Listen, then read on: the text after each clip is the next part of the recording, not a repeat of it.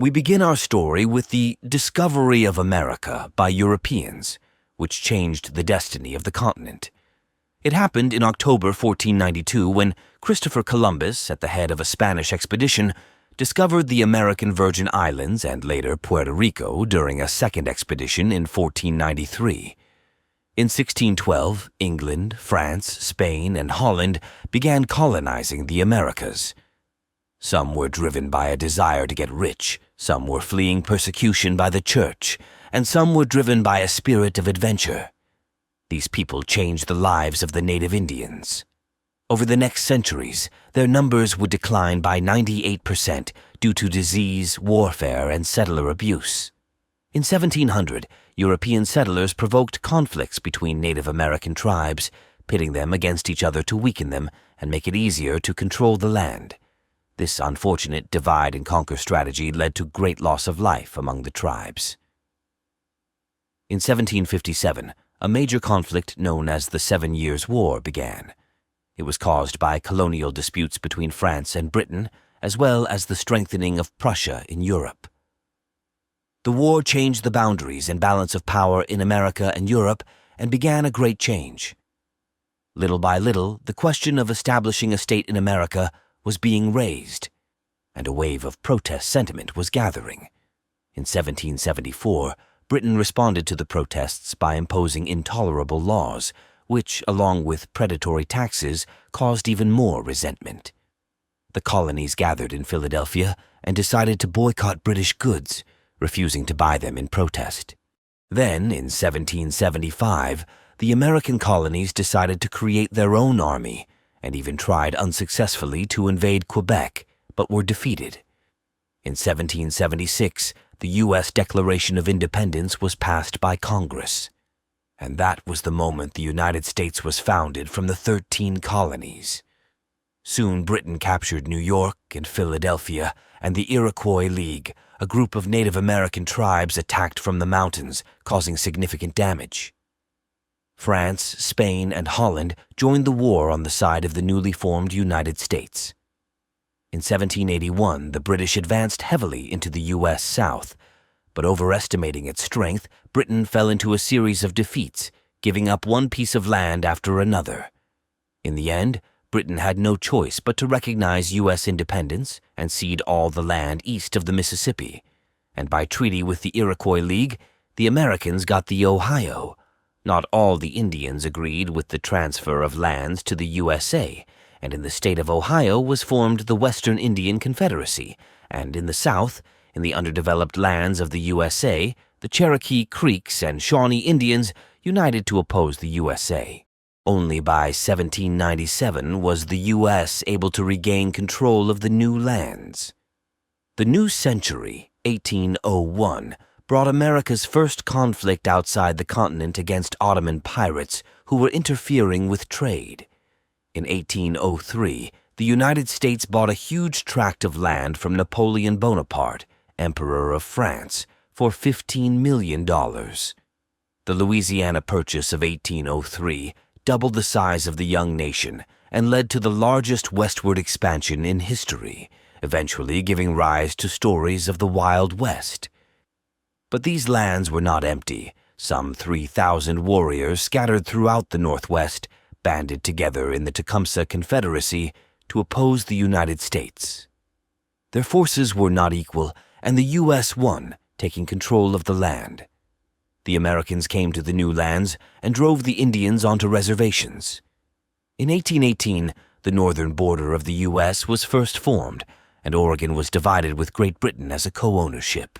In 1821, the USA and Spain agreed on their borders, and Spain gave Florida to the USA. At the same time, the U.S. had a new neighbor, the Mexican Empire. It had problems with the local Indians in Texas, and the Mexican leadership invited anyone from the U.S. who wanted to settle there. However, in 1835, Texas became dissatisfied with Mexican rule and declared its independence, which led to its annexation to the U.S. in 1845. The annexation of Texas kicked off the U.S. Mexican War. Shortly thereafter, in 1846, also Mexican California declared its independence. To the north, The British Empire, which had a claim to Oregon, sought to take possession of it. To avoid fighting a war on two fronts, the United States made concessions to the British and divided the Oregon lands with them along the 49th parallel. The Mexican-American War ended in 1848 when the U.S. seized half of Mexico's lands. These lands included California, Nevada, Utah, and parts of several other states. And 5 years later, under the Treaty of Gadsden, the states bought from Mexico a number of lands totaling 120,000 square kilometers. Thus, the main territory of the United States was formed. In 1861, deep disagreements over whether it was right to own people as slaves led to a split in the United States. Southern states wanted to keep slavery and formed their own group called the Confederacy, while the northern states, called the Union, fought to abolish slavery. This led to a fierce and sad period known as the Civil War, which began in 1862. The total number of dead and missing people exceeded 1 million. That was the price the country paid for the abolition of slavery. By 1865, the war ended with a Union victory, and the Confederacy dissolved, marking a new chapter in the development of the United States. Just 2 years later, in 1867, America bought Alaska from Russia for the grossly undervalued price of $7 million. Russia sold this huge icy land because it was difficult to defend and needed the money. In 1893, the United States invaded Hawaii, overthrew the king, and established a republic under its protectorate, which it later annexed. In 1898, the U.S. intervened in the Cuban War of Independence, and during the Spanish-American War, it seized a number of Spanish colonies, including the Philippines. The following year, the U.S. supported the independence of Panama, occupied the area, and built the Panama Canal. The U.S. considered the canal vital both militarily and commercially, allowing it to quickly move its fleet between oceans to consolidate its global influence. Meanwhile, World War I had begun in Europe. At first, the U.S. kept neutral, but after the Germans sank several American ships and tried to talk Mexico into attacking the U.S. sent troops to Germany, where they made a big impact on the course of the war and essentially defeated Germany. After World War I, the U.S. economy was booming. An era of prosperity began. However, all good things come to an end sooner or later. In 1929, the Great Depression began in the United States, a catastrophic crisis that the U.S. had been coping with for more than 10 years. And at that moment, World War II broke out in Europe, which was just in time for America and literally saved the American economy from crisis. Nazi Germany, obsessed with revanchist sentiment. The bloodiest military conflict in history. At first, the U.S. kept neutral, but after the fall of France, the U.S. under the Lend-Lease program began to provide military aid to Britain. Later, this program was extended to the USSR. America also supported the Republic of China, which was at war with the Japanese Empire. When Japan attacked Pearl Harbor in 1941, it completely dragged America into World War II. The following year, in 1942, Japan invaded the Philippines, pushing America into active combat in the Pacific Islands. That same year, America entered the battlefields of Africa, helping to defeat the Axis powers in Egypt and Tunisia.